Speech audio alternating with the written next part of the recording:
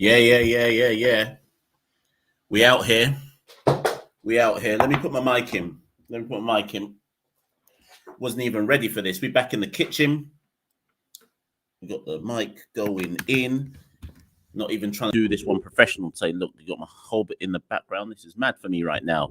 Ladies and gentlemen, welcome to Rumshot Diaries Season 1. What is this? Episode 13. I'm one half of the Caribbean Cricket Podcast. My name is Mashel St. Patrick Hewitt. If you're new to the Rumshot Diaries, if you're new to the Caribbean Cricket Podcast, first thing you need to do is subscribe, click that bell, press the like button, tell your friends, do all of that stuff. That's the first thing you need to do before you go any further into this episode. Welcome any new listeners. Welcome the usual crowd if you're with us. Obviously, that Afghanistan-Pakistan game was reaching its end. And so I just kind of wanted to see who was going to get over the line, and Pakistan got that one over the line. But we're not there. We're not here today to talk about Pakistan. We're not here to talk about Afghanistan. We're here to talk about the West Indies. We're on the board. 2 points. It was a nail biter. It went right down to the very last ball, like I assumed it would do. I went on a podcast with Sight Screen Cricket Journal. Tawheed Qureshi runs that, big Bangladesh fan. He basically does what we do, but for Bangladesh cricket.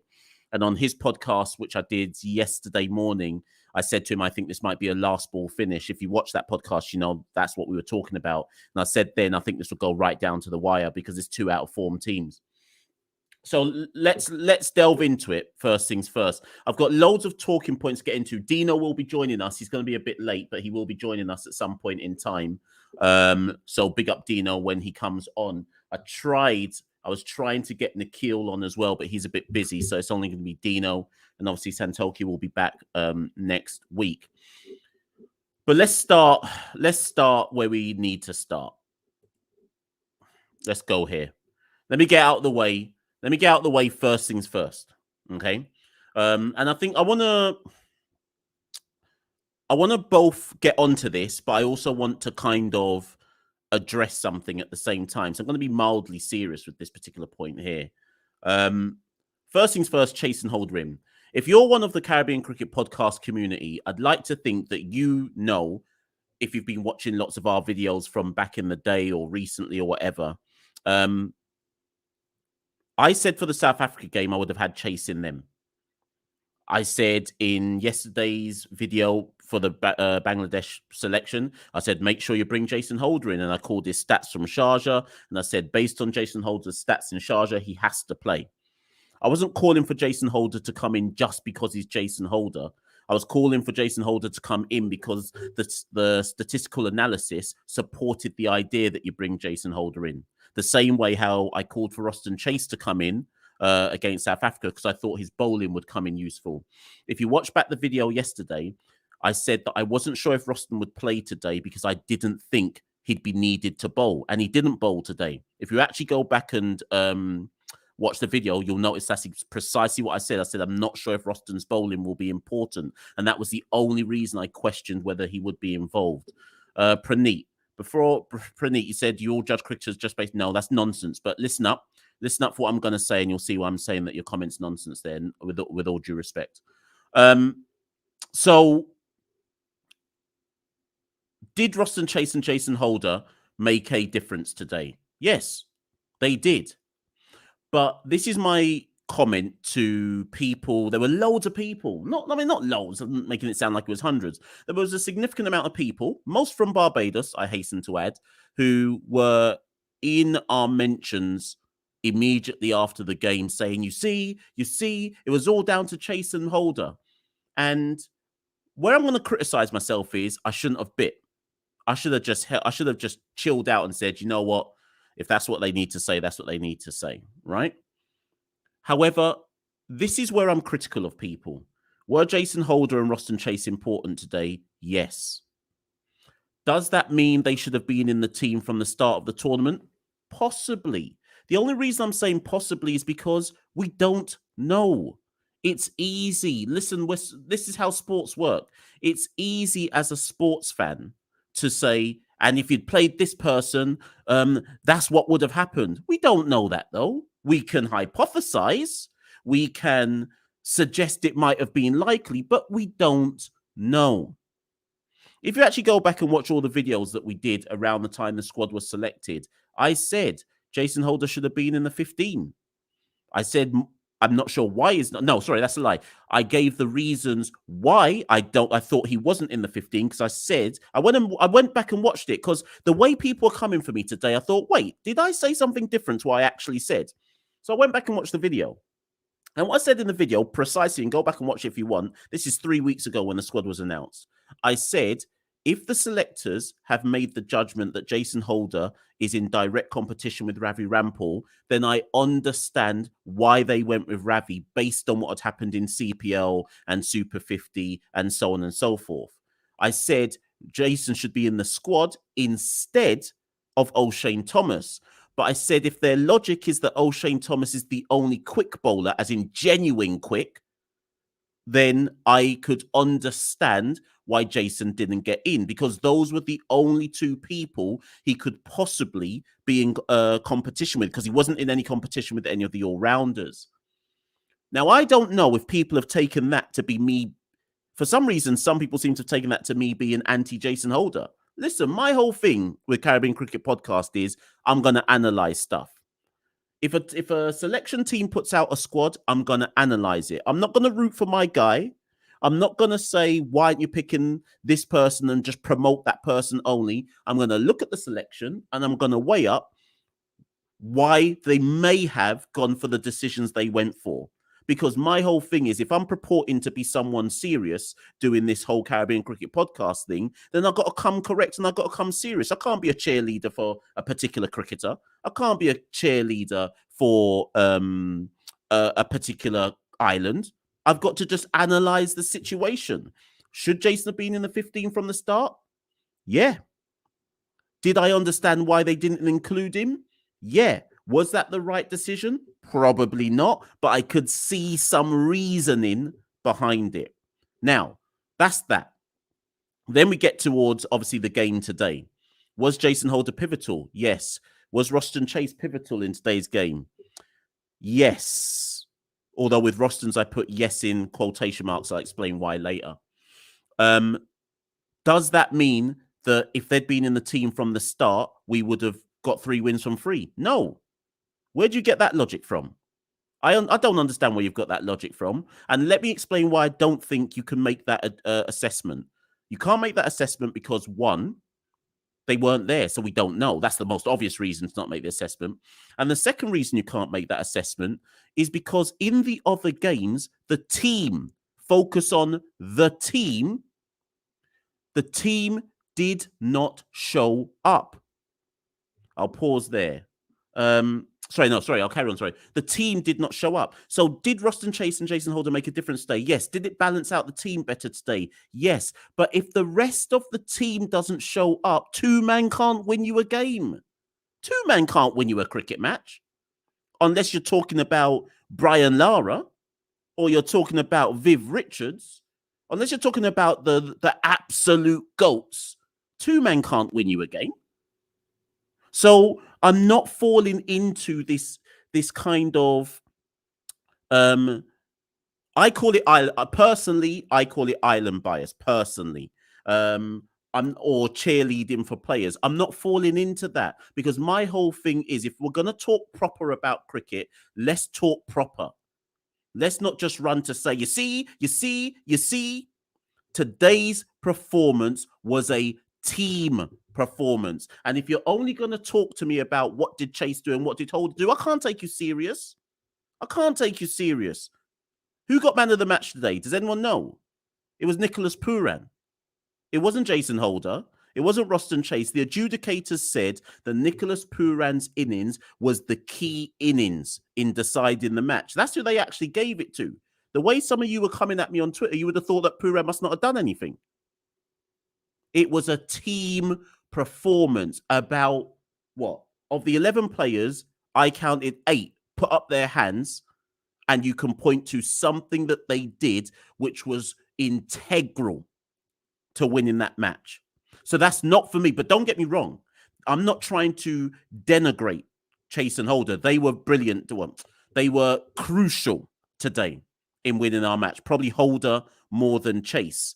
But I can't take a West Indian fan seriously if your big takeaway from this game is what they did only, and you're centering the performance around what they did only rather than what the team performance was actually like. This is Team West Indies, people. Listen, I was born in Jamaica.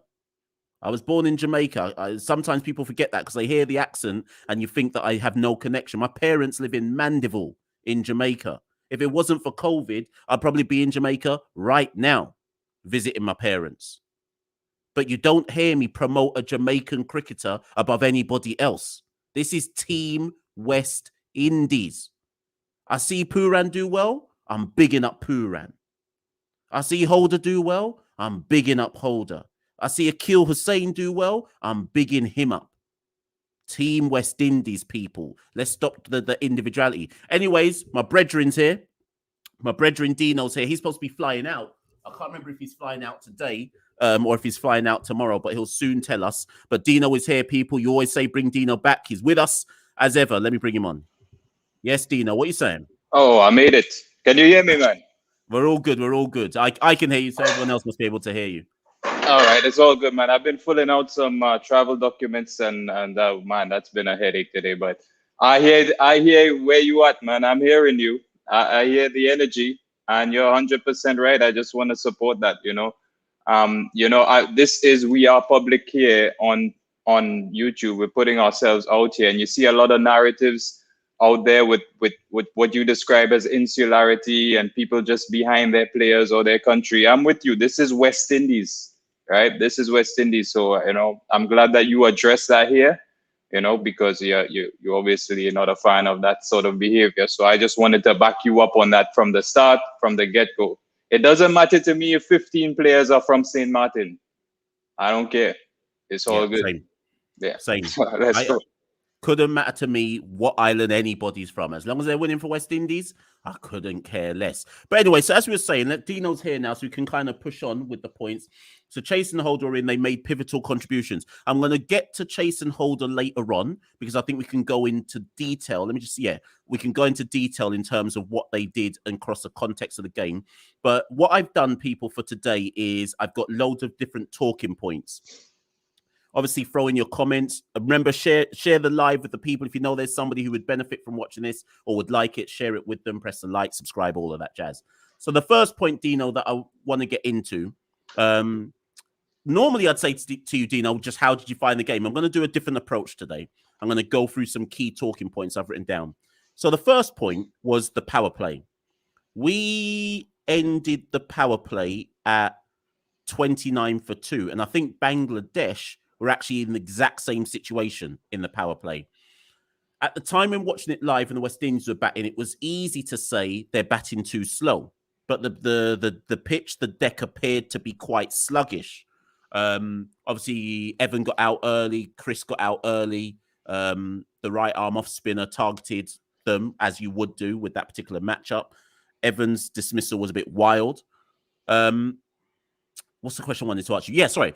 Today, though, although it was only 29 for 2, now Nicholas Pooran said in a press conference yesterday, he said his exact words were something along the lines of, it's not the dot balls that are a problem, it's the lack of intent when you play a dot ball. Now, as much as we were 29 for 2, I actually thought they were playing with a bit more intent today in terms of not just pushing to defend a ball that goes for a dot, but actually trying to pierce the field, but it was a dot. What do you think on that point first?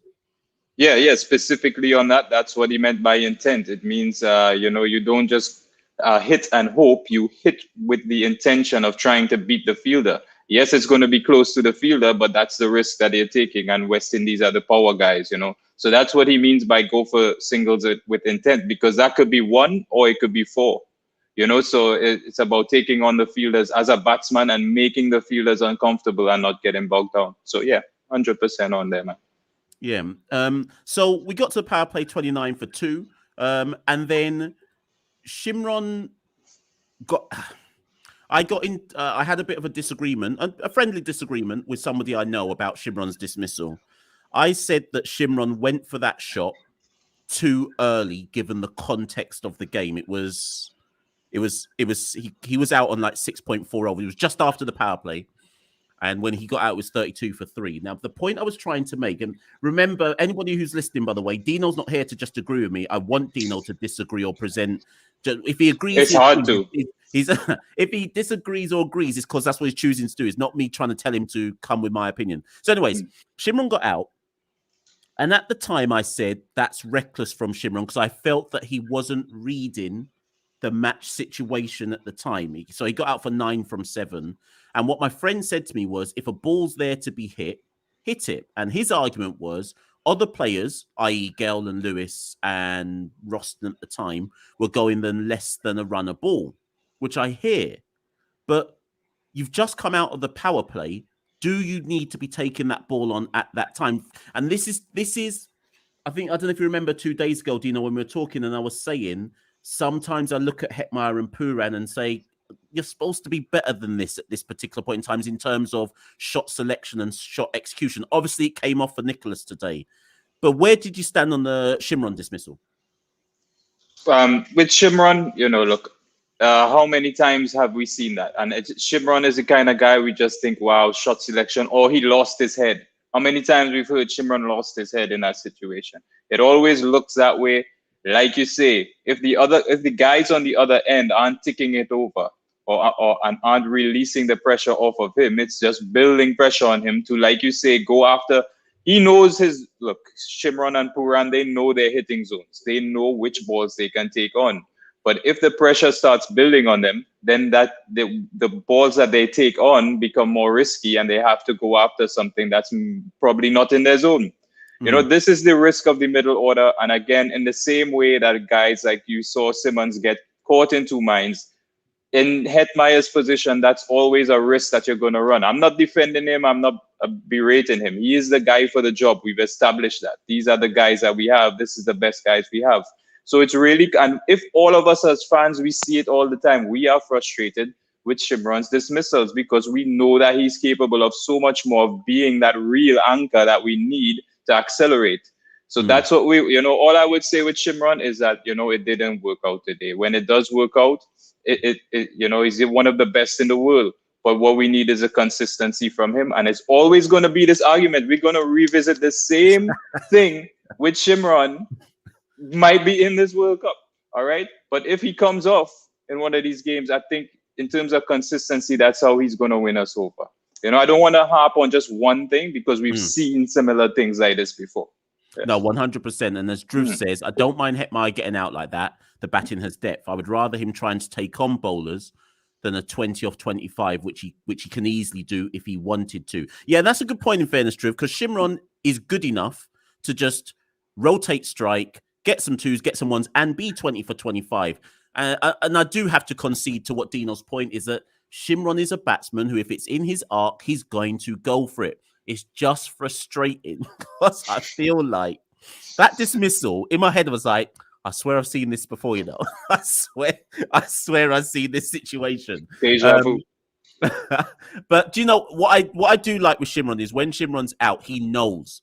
You see it in his face when he gets out. There's like, we just want to see it less regularly. We want to see that less regularly in his face.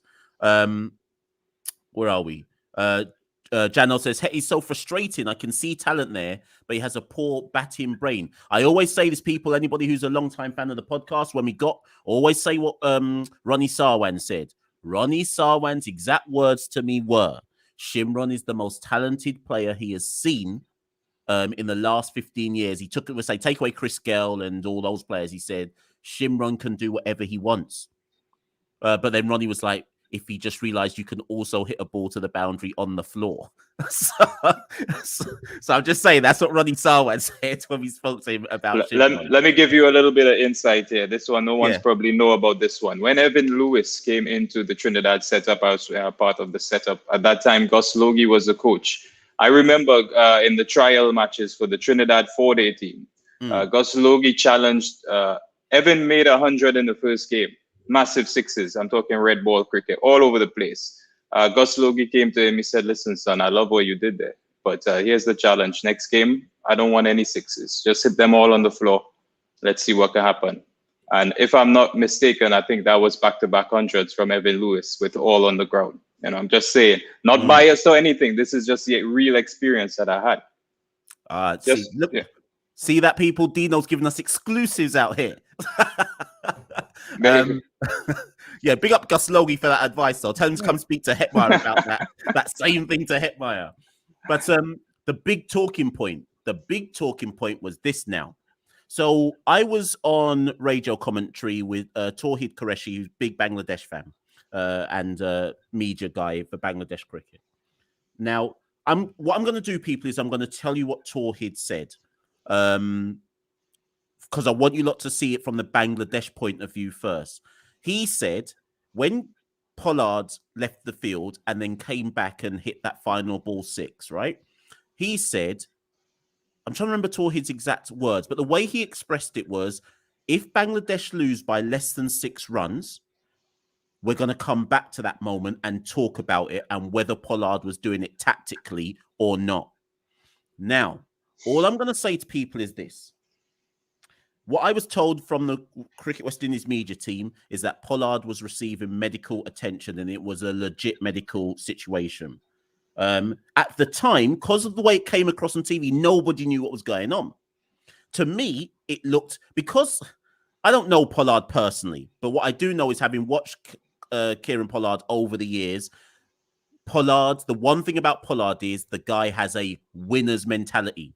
And Pollard is very much a win by any means necessary guy. So the way he walked off the pitch, there was a part of me which was like, is Kieran walking off now? Yes, he may be feeling unwell and the heat and the this, that, and the other. But is it also, I'm feeling unwell, I'm not timing it, it's not coming onto the bat like I need it to come onto the bat.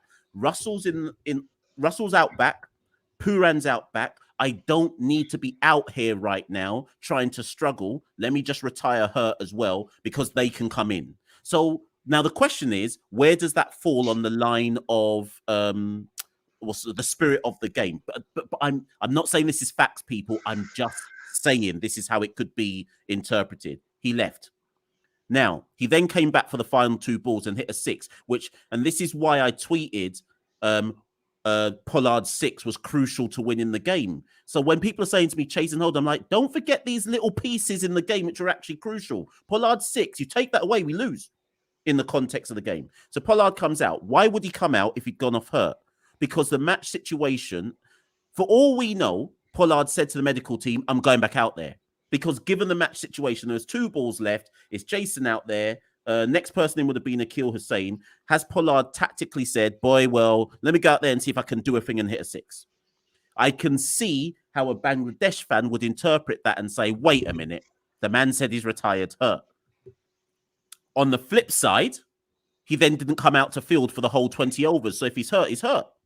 So what I then said to Tawhid was, but he never came back out on the field. Nicholas was actually captain for the whole time that Bangladesh came out to bat. And big up Pooran's captaincy, by the way, but I'll get onto that later. Because I think lots of people have slept on Pooran's captaincy and how he managed the resources in that particular game. But we'll come to that later. Where do you stand on the Pollard situation, Dina? Pollard, I would give the batsman the benefit of the doubt, or an Oscar. We'll see. We'll see. We'll see which one it is. I will give the batsman the benefit. I would say, look, I would assume he was genuinely injured, and it just coincided with him not being able to come off. What was he on? 50 strike rate? So he was on maybe 50 strike rate. I think it coincided, and he's like, look, I've done myself. Whatever it is has happened. He's done himself, and it's not making sense. And it's come together. And he's like, all right, let me just get off of here. When you're out there, adrenaline is pumping. Guys read a lot into body language, guys. We don't know. Don't read too much into, especially Pollard, one of the guys that you probably expect, maybe he really did do this. Pollard is a dynamic out of the box thinker, right? Let's give him the benefit. If we give him the benefit, what does it mean? It means he got injured during the inning. He kept fighting through. He could not go through. That's why he was on 50 strike rate, and that's why he came off. Let's give him the benefit and say that's really what happened. And please, Bangladesh fans, accept this. All right.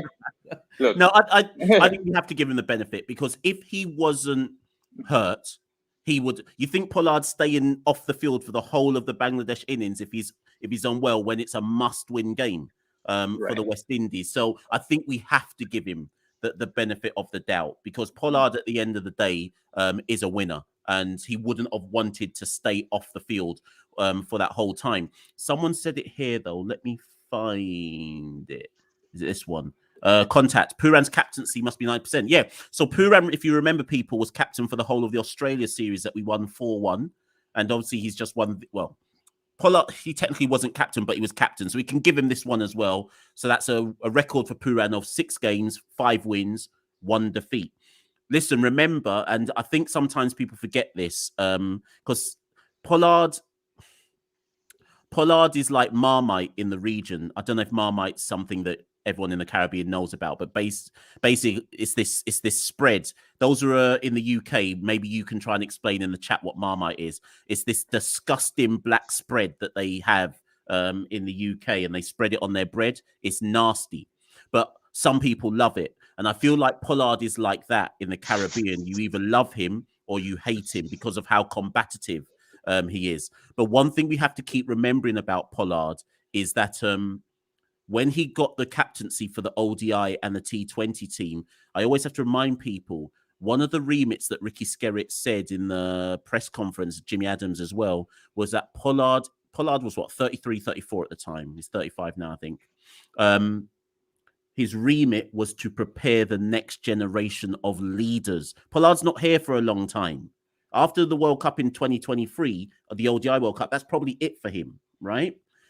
In ODI cricket, he's preparing Shai Hope to be the next captain. Shai Hope is the vice captain in the ODI team. In T20 cricket, he's preparing Nicholas Pooran to be the captain after Pollard steps aside in T20 cricket. So I think it's important that we remember that we are nurturing this next generation to take over after the Pollards, the Gales, and all of that lot move aside. So what did you think? It's not even my bullet point here, Dino, but what did you think about Pooran and forget his innings, we'll get to that, his captaincy in the field? Yeah, I mean, most wicketkeepers have to be that active in the field, vocal in the field anyway. So you're tuned in as a wicketkeeper anyway. You know, you look at any wicketkeeper captains they had, Sangakkara comes to mind. You know, it's just that these guys already pay attention to every single thing.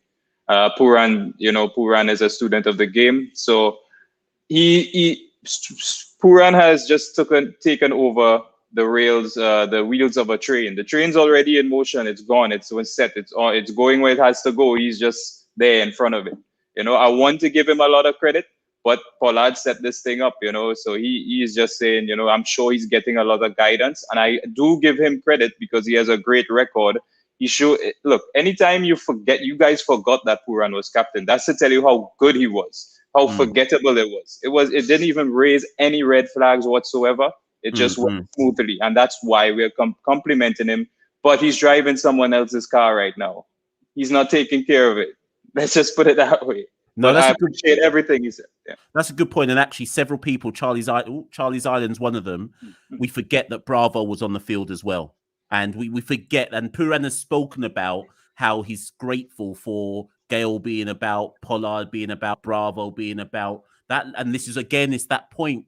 This is the point that, in fact, Brian Lara was saying this, I think on Sportsmax or somewhere the other day. He was saying you can't discount what experience brings in the dressing room. So as much as Pooran was out there, you don't think Holder, Bravo, Russell, Gale weren't helping him along the way. So we can't always... This is the other thing you have to remember about senior guys. And Holder is a senior guy. Holder's 29 now. Holder's been playing for West Indies since he was 22. He's actually a senior guy in this team, and obviously being an ex-captain as well. But we move on to the next point, which is the innings from... So, I've called it the crucial innings was Pooran. Okay, if you are from Barbados in here, I am not discounting Roston Chase. So I'm going to talk about Chase first before I talk about Pooran, in case you lot think I'm going to be anti-Roston. Roston's innings was important in so much as it tied the innings together, which is why so many of us, I include myself in this, were calling for him to come into the team earlier, okay, for the South Africa game.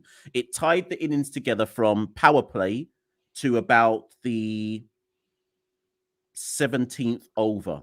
But the only thing I will say about Roston's innings is he was dropped twice. So he was struggling out there to time it, okay? So if we're going to praise Roston, which we should, we have to acknowledge the fact that he was dropped twice. Bangladesh's fielding helped us massively. There was 3 Bangladesh drops in that innings and the big stumping miss off Puran as well, right? However, the point is you buy your own, you make your own luck. Roston got his luck. He got to 39. There got to a point in the innings where I started to become a bit critical of Roston.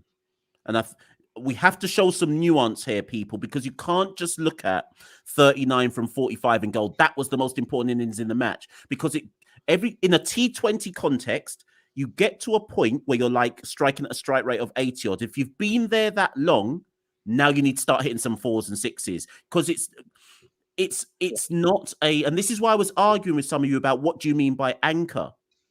Because that type of 39 or 45 innings, yes, make sure that wickets don't fall, which is the importance of it. But it is also putting pressure on the batsman at the other end to do his thing. We were fortunate that Puran did his thing.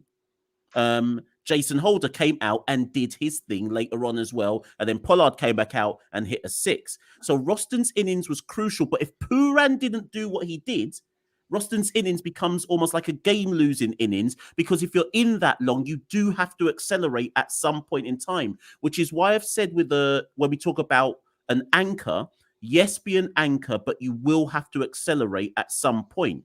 And Roston realized he had to in about I think it was when Puran got out. I think Puran got out, and I think Roston realized, well, I better go. And then he got out immediately. So it's a weird one, and I'm not being critical of Roston. I'm hoping people can understand the nuance of what I'm trying to say here. And to put it in perspective, let me show you what I'm trying to say. In the Bangladesh innings, Liton Das hit 43 or 44, basically the same innings as Roston, held it together. Why didn't Bangladesh chase us down? Nobody did what Puran did in their innings. So yes, they had their glue guy, which was Liton Das, but the glue guy doesn't win you the game unless somebody else is going at 150 plus. In Puran's case, it was 200 plus with a strike rate. Dino, take it away. Oh man, I heard everything you say. You see, Marshall, it's really hard to disagree with anything you say. You're really spot on most of the time. I just like to take what you've said there. I agree with it, and let me give you a little more insight into it. Right, Roston Chase batting. All right, fine, 39 from 46. He comes in when Shimron comes in. He's there, and Shimron comes in. Then Russell comes in. Then Puran comes in. At what point is he going to accelerate there? It's just about just giving them the strike. Look at these guys who he's batting with, right? At what point does he accelerate? So he's doing the job, and then at the end, like you said, spot on. As soon as Puran is gone, he's like, all right, I've done my job. Let me have a go now and see what I can do, right? And that's what it is. If you compare it to the Bangladesh guy who went 44 from 43, he probably structured his inning a little better, where he was the dominant one a little more often. Right. And it actually came down to his inning was so key because he kept it run a ball. And when Holder took that catch, that was one of the biggest points in the game. All right. So he tried to accelerate. Had that gone for 6, he would have gone 50 and he would have been a set batsman there. Right. That would have been a psychological blow. So that actually flipped the script of that game. Honestly, right? Did Chase play an inning like that where he got caught on the boundary going for a 6 to change the game? I don't think so, right? But he did do the role the best that he could. And listen, guys, he's doing what the best that he could, right? That's what it is. We prefer 100 in that role. We prefer 100 strike rate. He ended with 77 or something, but he did the job. All right, fair enough. That inning from Puran obviously is what won the game. I mean, that blitz coming in the end, and Chase set it up. Chase smartly set it up and gave the guys who came in the strike, So that's it for me with the Chase inning, honestly. Yeah, no worries. And I agree. I agree. And Coolio 2 foots kind of draws our 2 points together. The glue guy doesn't win you the game, but the glue guy gives you a higher chance of not collapsing. Correct. That's what Roston did, and not losing the game. Roston, I'm not denying anybody, anyone who's thinking it. I am stating categorically, Roston set a foundation for Pooran to go off. What we didn't see is that, but maybe he didn't have. Well, not he tried to and got out. Is there would in another innings, in another situation, we're probably looking at him expecting to say, well, you need to go now. But he didn't actually have to today. But that type of innings was perfect for today. But it might not necessarily be that type of innings when you're playing a better team. And this is why I have to go back to that point about Bangladesh dropping 3 catches because they helped us greatly in this particular match. And someone else, where is it? Where's that point from? Was it, who said it? Have I missed it? Here we go. Contact. Yeah, I think you and Neeks are talking to each other, but I think that point you're making there, Contact, is right. He basically, the innings Roston played is what we want, but probably just with a higher strike rate. Basically, is I think I would have liked Roston's innings more if he went at 100. That's all I want, just a base 100, and then you allow the others to do it. But listen, in terms of out of 10, context of the match, it's a 7.5 or an 8 out of 10. I'm not denying that. But in future, I want to see it as a 100 strike rate in the context of T20 cricket. Well, one thing, Marsh, on that. Chris Gale bat in that position for the last 2 games and has 100 strike rate. Was he better than Chase? Listen, I'm not even getting into that. If I get into that, I just wanted to twist that one. That's all good. Let's move on. Wait, that's an interesting point here. The type of innings Roston played is more useful if you bat first, or if you're chasing a small total. But if West Indies were chasing 160, well, if we were chasing 160, he would have needed to have gone at 100 minimum in that kind of context. But we'll see. We'll see, because Roston will play, obviously. I'm expecting an unchanged team in the next match. And we'll see how he goes versus Sri Lanka. Last point. Roston attempted to increase strike rate through swinging big, but failed to connect. And actually, this point was supposed to be about Pooran. So let me just quickly talk on Pooran. I thought that Bangladesh messed up a bit because they, if I'm trying to remember, I need to go back and check. But one of the reasons why Pooran was able to do what he did, because remember, Pooran's been in horrible form, but this is why, and Pollard has said this in so many press conferences, when he's being questioned about Hetmeyer and questioned about Pooran, Pollard's response is always the same. We will always back them because obviously they're talented. We know they're frustrating, but we have to still back them because Pooran and Hetmeyer, in the context of current West Indies cricket, are generational talents in white ball cricket, in the context of present day West Indies cricket, right? But where Bangladesh messed up is they fed Pooran spin. But if you study Pooran's data, he feasts on spin. I couldn't believe that they let them. I was looking at the Bangladesh tactics going, wait a minute. Even I know that Pooran feasts on spin, and you're really giving it to him in the middle overs when Pooran's actually, if I remember rightly, he's top 5 in the world in terms of taking down spin in the middle overs. So Bangladesh messed up. Dino, any insight there? Look, he's come out of this game on this track with a 180 strike rate. Who's come close to that? Holder, right? Holder was at 300, right? But that's at the end. That's at the end. But he's done something incredible here, man. No one else in this entire match really got going to the way that Pooran got going in his cameo, right? He has this ability to, because he's a short guy, he has the ability to get under the spin and basically hit it out wherever he wants, right? So yeah, you're 100% right. They should have gone with pace against him. It's like seeing Sunil Narayan come out and you bowl a slow bowler and say, here, have it, So they messed it up with that matchup. Maybe at that point they didn't have a choice. I'm not sure. I can't remember. I was more focused on the West Indies than Bangladesh tactics, to be honest. And I was getting carried away with Pooran's cameo. But I'd love to see it, man. This is what he's capable of against all pitch conditions and bowling stats and everything. He's just come and smashed it. And the main thing I took from what you were saying is something you said, Pollard and these guys say, oh, we back them, whatever. Let me tell you something. Pollard, Bravo, these guys, Russell, Gale, they wish when they were coming up, they had leaders fighting for them, saying, back these guys, they're good enough. We know they're good enough. Have faith in them. So they're doing what they felt is needed. You know, these are the cricketers who came up. So that's why they're doing that for Hetty and Puran, and rightfully so. These guys are prodigies. You mentioned last game Lewis as a generational talent. Yeah, Lewis, you didn't do us any favors today, but we look forward to you, Lewis. But it's the same thing with Puran and Hetty. These guys were identified as prodigies in batting when we don't have any batsmen coming through, you know, so that's why they're being protected. But at the same time, you know, we expect them to be consistent. So that's the conundrum as fans that we're caught in. 100. So next, people, the impact of Jason Holder. So I did my piece at the beginning of the video talking about Jason Holder, and some will say I rightly took criticism over Holder. I don't think there needed to be any, because I think I'd said that Holder should have been in the squad anyways, but whatever.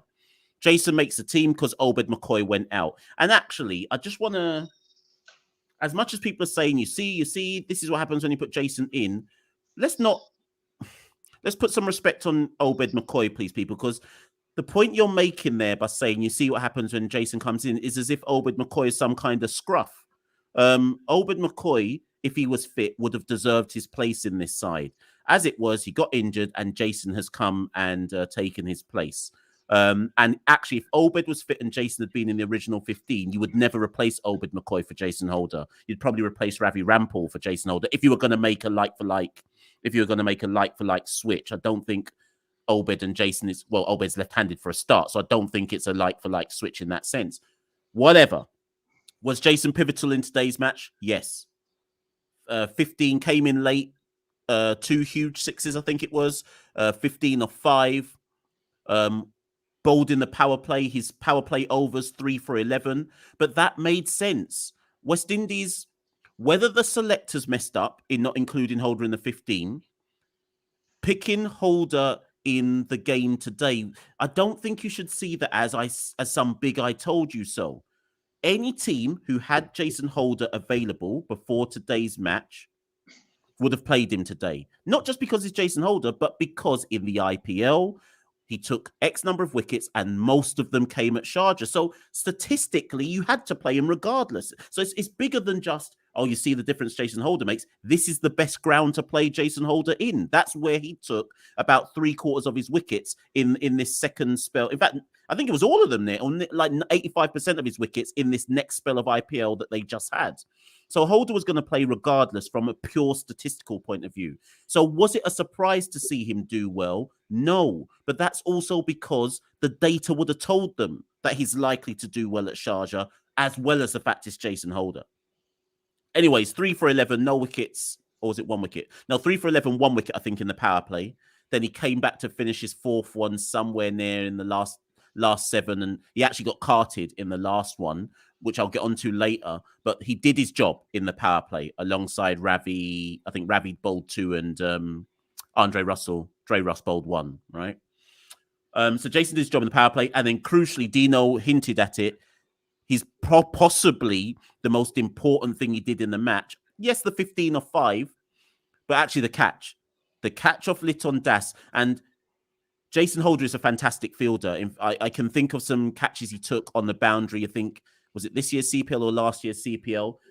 No other fielder, possibly other than Pollard, takes that catch on the boundary. And I'm talking that in terms of height and being able to just stand on the boundary line. Because Jason didn't jump. He effectively reached up because he's so tall and took it, and obviously was able to check his feet as well. So the catch was possibly the most pivotal thing in the match. And that's not a fluke. There's a reason Jason Holder is on the boundary at that particular fielding position. And that's crucial in the whole context of the match as well. But how did you see Jason's impact, Dino?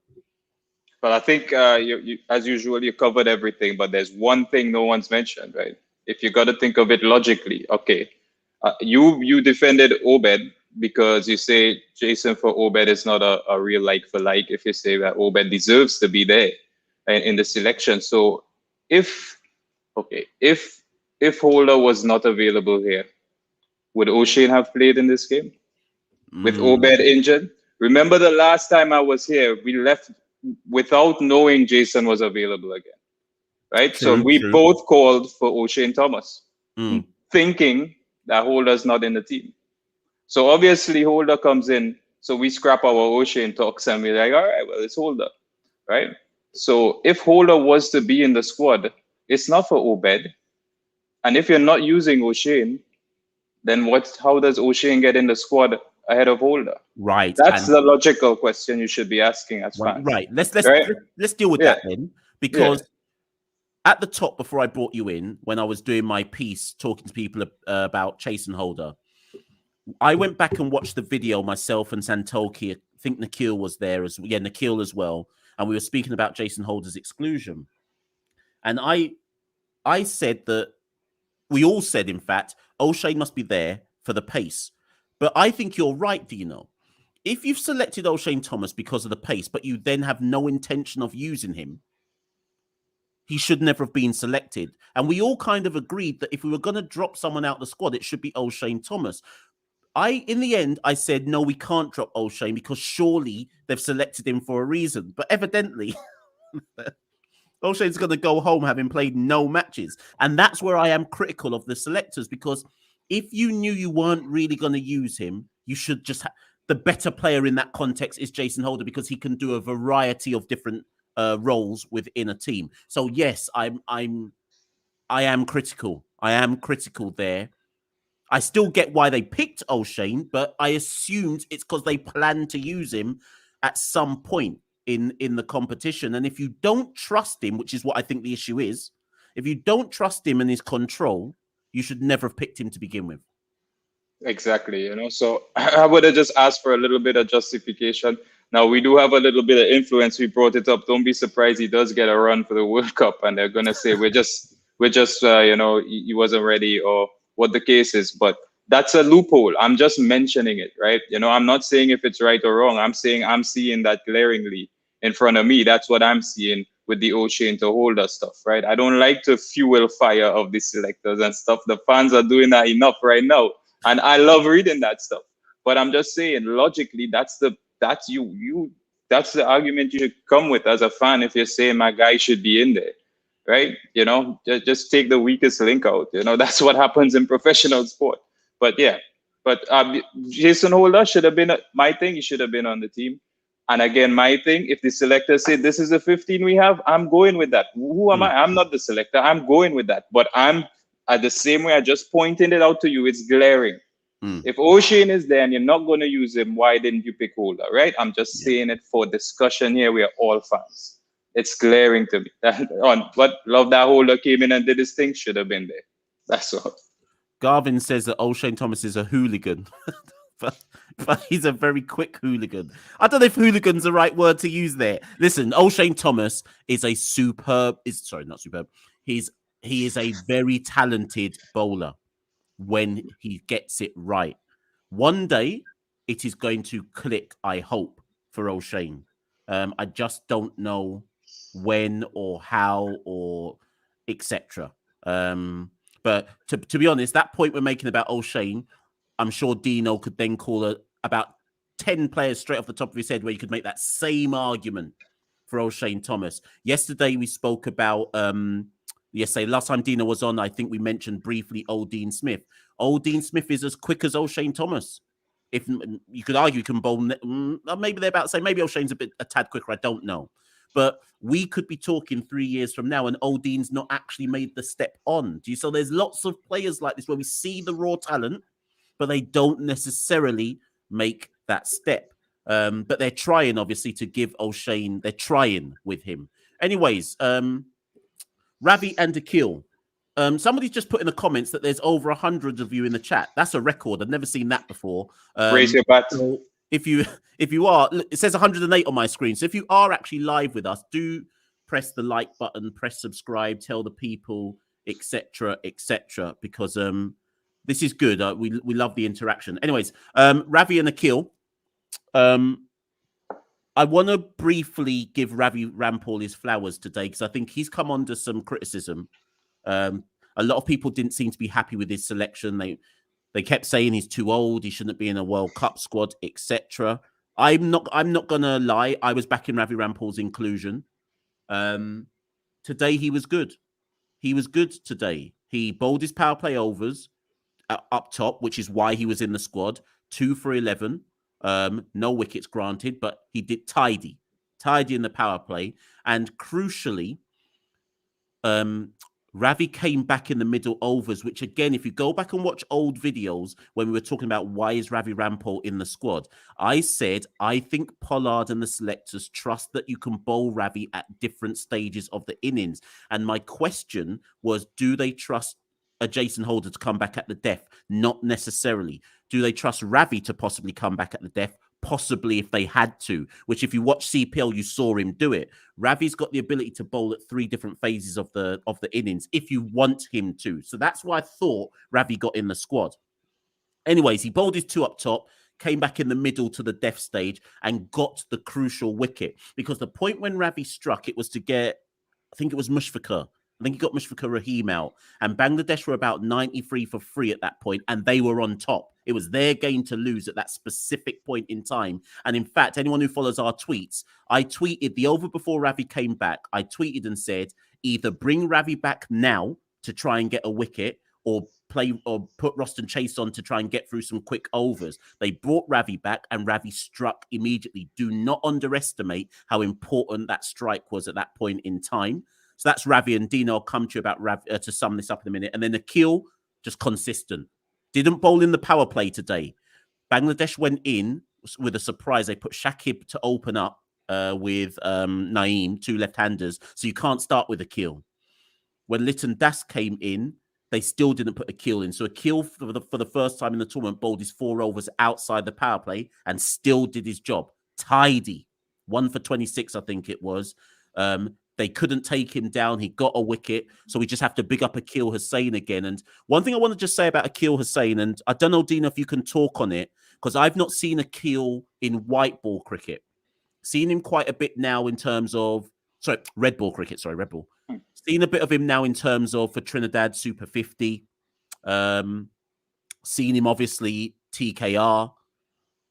Lots of people have been messaging me recently going, so what are we saying about Akil in red ball cricket? Can he make that transition? But I don't know any data on Akil. I haven't seen him enough in red ball to suggest if he's somebody who can make that transition, or if he's someone we should focus on in terms of white ball. So there you go. There's loads for you to digest there, Dina. All right, I'll go with Akil, right? Akil actually made the transition from red ball to white ball. So he started off as a red ball cricketer. I believe on debut, he had a century for Trinidad on debut in the 4-day and possibly a 4 or 5 wicket haul on debut. I'm not sure. But he is a guy who's developed so much. He started in, like I say, white clothes cricket. So for us, the question in Trinidad was, can he transition into short form cricket? That was the question for us. And he's done it tremendously. So for him to go back to his foundation, I think it's just going to be natural for him. I've seen him play in every format, and his adaptations now, he's got experience now. He's just kept getting better, to be honest. He's just kept going forward. And even Akil, if you see this, I can't find the footage of your debut 100, man. I'm still looking for it. It's got lost, man. Please don't blow up my WhatsApp again, but congratulations on your success, brother. But yeah, on Ravi, look, Ravi has been the most consistent. I don't think I'm not Trini biased. We address this straight up, right? Look, Ravi is the most consistent bowler. There's no question for me that whether he should be in the team. I saw some people trying to get him dropped first for Jason. That would not have made sense either. The question here is, okay, Ravi bowled out early. That means Russell's got to finish with Bravo. That's the worry. That's the concern, right? It's Russell as the most expensive bowler in this team right now. That's the concern. So how do you fit in Russell? Still, he didn't today. It wasn't that bad, right? But you just think if it goes wrong, it's going to go wrong with Russell. If another team has to target somebody, it's Russell they're going to target.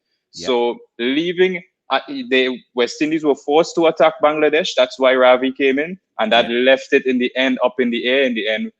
Bravo can go either way. We know how Bravo goes. He showed you today. Be 16 in one over 3 in another. That's Bravo. Right. And but the whole thing, I know everyone was scared when Russell was bowling the power play. Come on. I'm not denying it. Come on. Listen, so that was Dino. I tweeted when in the penultimate over, I said if Russell has to defend anything less than 10, we've lost. So I'm gonna hold my hands up and say I was frightened. that was a risk, and that comes back to Pooran's captaincy. He weighed up the option and say, okay, we'll go with Ravi now, and we'll have to go with Russell in the end if it comes to that. And that's why Bravo bowled the penultimate over to try to give Russell as much as possible to defend in the last over.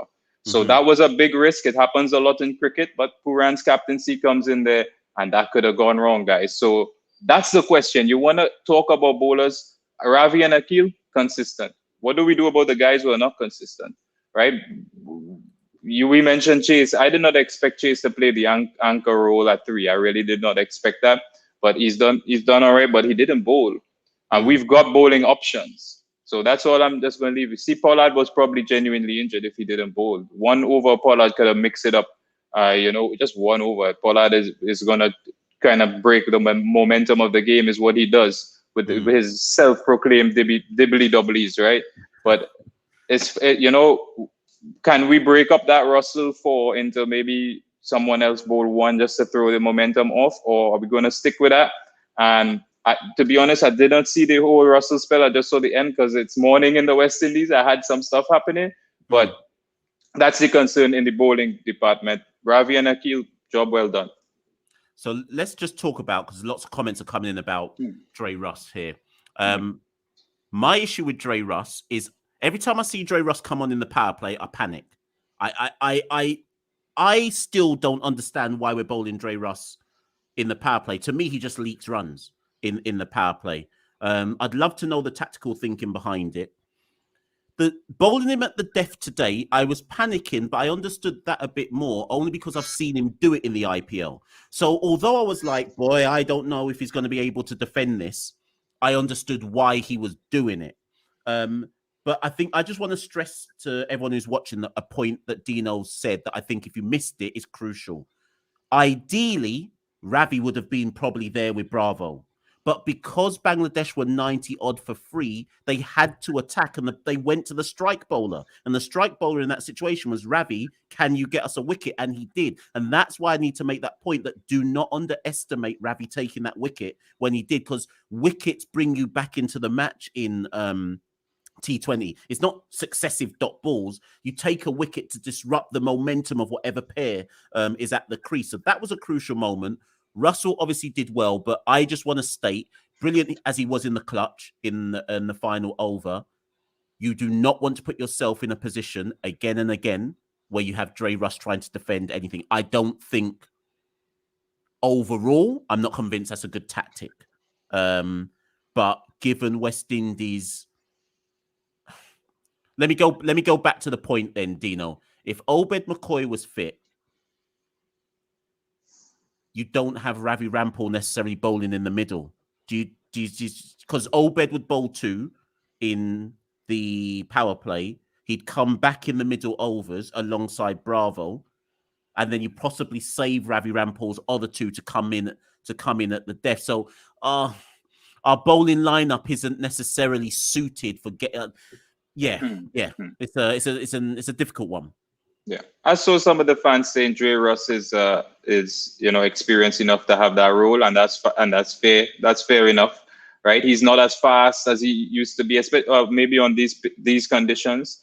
But at some series, I saw him giving batsmen chin music. Again, that's based on conditions too. We were hoping that he would play that role so that we wouldn't have to play O'Shane, as we were expecting Dre Russ to be literally the fastest bowler that we have.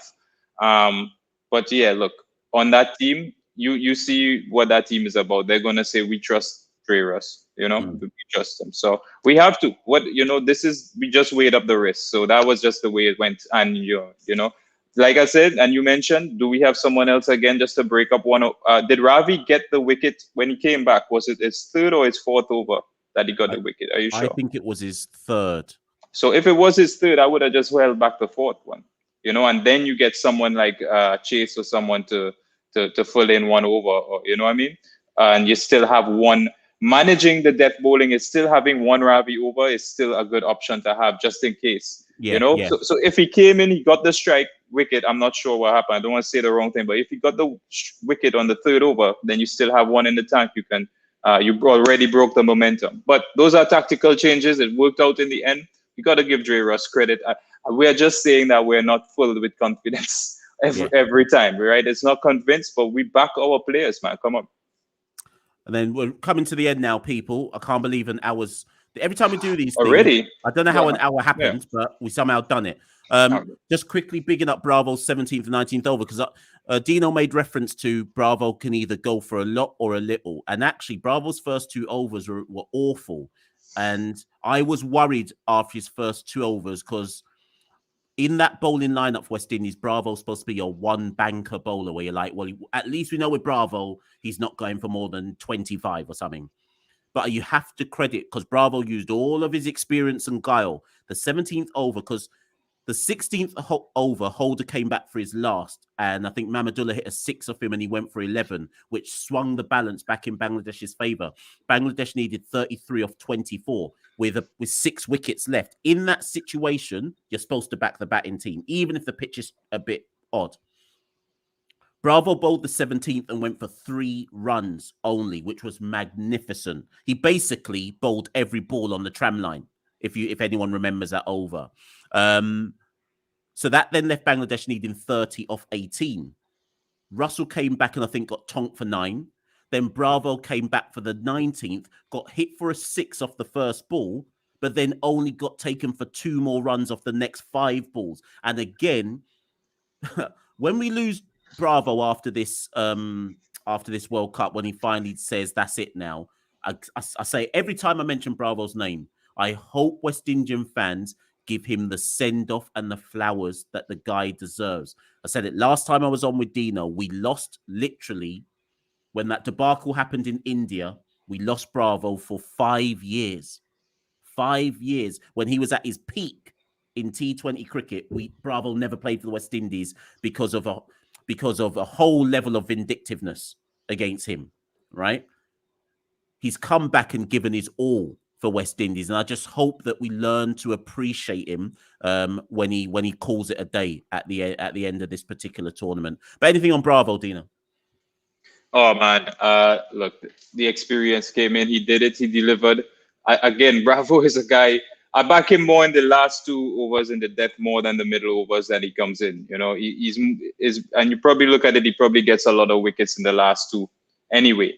Right? Not worried about him there because he is an instinct guy. He is a guy who puts his hand up every time and says, I want that responsibility. So anytime you have Bravo taking on that responsibility for those 2 overs, which is his role in the team, again, it's like Chris Gayle or Evan Lewis in the power play. This is his Bravo's bread and butter here. So he fills us with confidence here. We know that it might not go. It's a risky thing. Sometimes they latch on to the slower balls, but it's fine. You had to do this, and you would back Dwayne Bravo. Even like you say, getting 16 in 1 over, he's come back in a big way. It's not the first time. That's it. It's not the first time. We know this is what he does. And just like Russell, what choice did we have? We have to back them. The game was funneled into this position that it was coming down to this, and that's what Pooran's captaincy did. It just shepherd them into this area here, and it worked out for us in the end. And in the end, Bravo is a gem. Let me just big up to Dwayne Bravo, because he inspires cricketers so much, man. It's unbelievable. Man, self-confidence is unbelievable. Self-belief in a team when he is there, he makes everyone around him lift their confidence by just being himself. And in these times, we've seen him play the mentor role. West Indies had him going around to the death bowlers. I'm sure Obed would say how much he's helped him. And just to look forward, there's a guy called Kimo Paul who I thought had the foundations of being the next Bravo. But let's see what happens. Yeah. I know Kimo's had injury problems. I'm hoping he came back this year in CPL, looked a bit rusty, but then he's been injured. So we hope Kimo can come back and kick on, because Kimo, again, another player, he's got all of the tools. So we hope that Kimo can come back and come back strong. Ladies and gents, anyone that's on the live, I guess this is effectively our last kind of point for the evening. Where do we go from here? So I've looked at the permutations. Tomorrow, South Africa plays Sri Lanka. We basically, ideally, we want Sri Lanka to win that. If you're talking about permutations to help the West Indies, you then want England to beat Australia. In terms of if you are holding on to the faint hope of West Indies getting through, the basic way this works is as follows. England need to beat everybody. And then you need to basically hope that we beat Sri Lanka and Australia, which would give us 6 points. Remember, Australia are currently on 4. So Australia would need to lose to England, lose to us, and then we have to hope that Bangladesh do us a favor. Unlikely, but I'm just saying. Then that's Australia. Write this down if you want to. South Africa only have 2 points. They need to lose to Sri Lanka, lose to England. Then it doesn't matter if they beat Bangladesh. If Sri Lanka beats South Africa, that would put them on 4 points. They then need to lose to England and lose to us, and that would leave them on 4 points. So basically, the easiest way to think about this is this. We need to win our games. England need to win all of their games. And Australia, need to lose all their games or something. I'll confuse myself. Basically, we just need to win our games and see what happens. That's the long and short of it in terms of where we go from there. But is there any result? I'm just asking because I'm afraid to spend the time to go through all of that. All right, I'm just being honest, right? But is there any scenario where we are out based on another result? So tomorrow, if Australia beat England tomorrow, then we got to revise everything. Then we've got to revise everything again. If Australia beat England tomorrow, then we're probably not mathematically out, but it's going to look very, very difficult from that point on. So the first thing we need to hope for tomorrow is England beat Australia. That's the main thing we need to hope for. Right. I'll remember that. I'll go from there. But no, I did follow you, Masha. I'm just making light of it. But it's I don't like it when our fate is in other people's hands. You just do what you can control. If Australia get the 6 points, meaning that means England beats them, we beat them, and if the other teams can hold them to close games, it's going to come down to West Indies versus Australia, and West Indies and Australia will know the margin of victory that they need to qualify, or something along that. That's what it's going to come down. That's basically 100%. Just the final thing, people. Just for those who wanted to know, so in that best versus best match, this is the final day, and then they have another best versus best match, which starts, I think, in a couple of days or 2 days, whatever it might be. So Craig Brathwaite made 78 and then retired, hurt, probably to give others a bat. Shea Hope is on 64, not out. No real other scores from anybody else. Brooks 34, Mayers 26, and Josh De Silva is in at the moment on 2. Nothing really to write home about in terms of the wickets. Kimar Roach 1 for 28. Imran Khan 1 for 79, leg spin there. Oh, well, Alzari Joseph none for 29 off 15 though, so that's good economy for him. But it's basically a flat deck where they're playing in Antigua. It's flat. The main thing to take out of that best versus best match, though, which is the thing that I've taken out of it, other than the big runs for Bonner, Reefer, and Brathwaite, is Shea Hope has made runs but batting at number 4. If West Indies intended Shea Hope to go to Sri Lanka and open the innings, you would not be batting him at number 4 in a best versus best match. So I have very serious questions about what does this mean for the Test series. Are they prepping Hope to come back in the middle order? And if they are, who's opening with Brathwaite or with Craig, in Sri Lanka? Because that means it's either Shane Mosley or Kieran Powell. So I just want people to just have that in the back of their heads. Any last points on that, Dino, before I wrap up? You've written off Solozano, and where is John Campbell? I'm just saying, man. Well, just saying, right? But I just one thing on that. Blackwood got Brooks out. All right, Jermaine. I see you, man. Keep the ball shining. Keep the ball shining, Jermaine. Let's go. Let's go. I think in these games, like I mentioned, they would be competitive. I think the bowlers, especially the fast bowlers, will just be going through their motions. I think maybe they would warm up. It wouldn't be that aggressive. They would just try to get their stride back in, to get their momentum going. The fast bowlers. So that's why maybe there's more runs. Because if you think Shannon's gonna career is hinging on this game, it's not, right? So. Yeah, so he's just going through his routines to get himself prepared instead of really running at these guys. All right, had Shannon run at these guys, he would have picked up some wickets. Let's be honest, right? So that they have to keep that in mind with the runs. As much as it is competitive, I think the fast bowlers are just ticking their boxes. Seals, all of them, the four main guys are just ticking their boxes. Say, okay, I'm feel. How do I feel? Yeah, more than anything else. But I think for the rest of the guys, it's really very tight for them. But yeah, just a couple of points that just because I know you love putting the comments, and I should probably address them.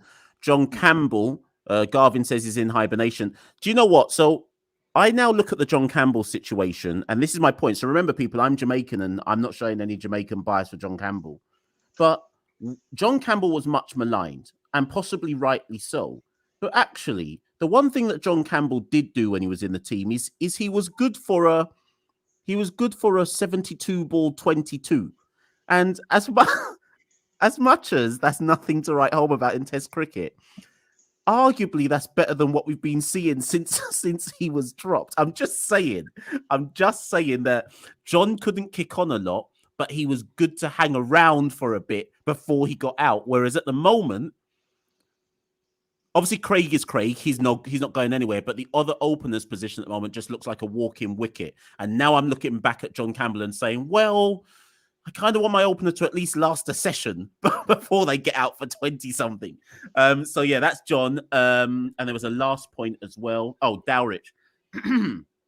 I don't want to talk too much on this because I don't understand the full legal ramifications of it. And I don't want to get anything wrong. The last I heard about Shane, other than the fact that he's playing in America and getting some cricket in, was that he was taking Cricket West Indies to some kind of tribunal because he lost his central contract. When he went home after New Zealand for personal reasons, he didn't play again, right? So that was back in 2020 in November-ish time. So when Cricket West Indies then do their contract renewals, which they do in like April time, I believe, every year, Dowrich didn't get a new contract because he hasn't played any cricket.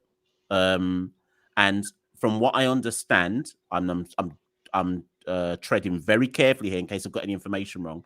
From what I understand, he is gone some kind of legal route with Cricket West Indies for lost earnings. I'm not touching it after that comment. I'm not saying anymore. I'm just saying that's what I know so far. I don't know where that situation is at. But what I do know is Shane can't get back in the team if he doesn't play any cricket. And obviously there's no cricket in the region. So he, as good as Shane Dowrich is, as we know he is, he can't just get back in because what cricket is he playing, or can he play given there's no cricket in the region? But I'm not saying any more on that because I don't understand what's going on away from that. That information I told you was in the public sphere. That's not me legally stepping on anything. Right. That was all in the public sphere. I'm not saying any more because I don't know what the rest of the situation is, and I don't want to bring any lawyers to my door saying that I said anything. No. that wasn't true. I just messaged my lawyer immediately. Yeah. So we'll be all right. So yeah, that's the last on that, people. Thank you very much. There was at one point there was about 125 of you on the live at any one point in time. So really appreciate that. Thank you as all. Thank you, Dino, for coming on. We're probably going to take a bit of a break for a while now because there isn't a game until, is it Thursday? I think we've got a big break now till the next game. Last thing from me though, people, I put it on Twitter, but Dino, I'm going to give you the floor to tell people. Dino is about to go off to, is it Antigua? Yeah, it's Antigua. I won't say too much. I'll let Dino say whatever he wants to say, but he's going to be, the ICC Americas qualifiers are taking place in Antigua. So that's like USA, Canada, Bermuda, Bahamas, possibly. I'm missing out some other teams, no doubt. Dino's going to be over there doing some performance analyst work. Dino, you tell the people what you're doing. All right. Well, I can announce it officially now because I've come to terms with Cricket Canada. I'll be joining them as their analyst on their journey now in Antigua for the ICC Americas T20 qualifiers. This is for the T20 2022 World Cup, right? So it's the route that they have to take. There's a group of 7 teams, and the top 2 go through. So I have joining them for the first time to try to help them on their journey. And like I say, what I do as an analyst, I've explained already. I work as a support staff to the coaches and as a coach in my own regard. So I will be documenting because I do teach a performance analysis class. I will be trying to give you behind the scenes of what that job really is. So I am an independent analyst, and I'm going to show you what that means. Okay, that means I don't have the backing of any big organization or anything. I'm just one guy, one-man army going into a team and showing you the process of what that is. At the basic level, I can't give away all the secrets, but I'm going to show you what that is. So I appreciate the opportunity for you, Marshall, to let me say this on here. So I've done it because the students that I teach are begging for this information, right? They're like, I want to know what how is it actually? It's one thing to sit in a class, and it's another to learn it. So thanks for letting me go through all of that, Marshall. I will do something exclusively for the Caribbean Cricket Pod as long as it's appropriate, So that's it for me. Thank you. Thank you, Dino. Those are on Twitter. Remember to follow Dino at Crick, CRIC, Dino, DINO. Go follow him because he did put on Twitter today that he's going to, I think you've put the link to the YouTube channel. Yeah. So go and there's nothing there, but. Yeah, so that people know. So go and click on that, people. Go and subscribe. And for those of you who want to know more about, I guess, what we call cricket analytics or performance analysis, go watch that. We'll be retweeting anyway on our channels and spaces, but go follow Dino, please, people. I know you'll love the content when Dino comes on, so go and support. But thank you, everyone, for being on today's live. That's gone on for an hour and 15 minutes. See, that's what happens when West Indies win. We all feel good. So it's gone on for an hour and 15 minutes. We'll be back at some point next week before the Sri Lanka game. Thank you, everyone, for being part of the community, part of the podcast. Spread it with your people. Press the like, press the subscribe, press that bell. See you later.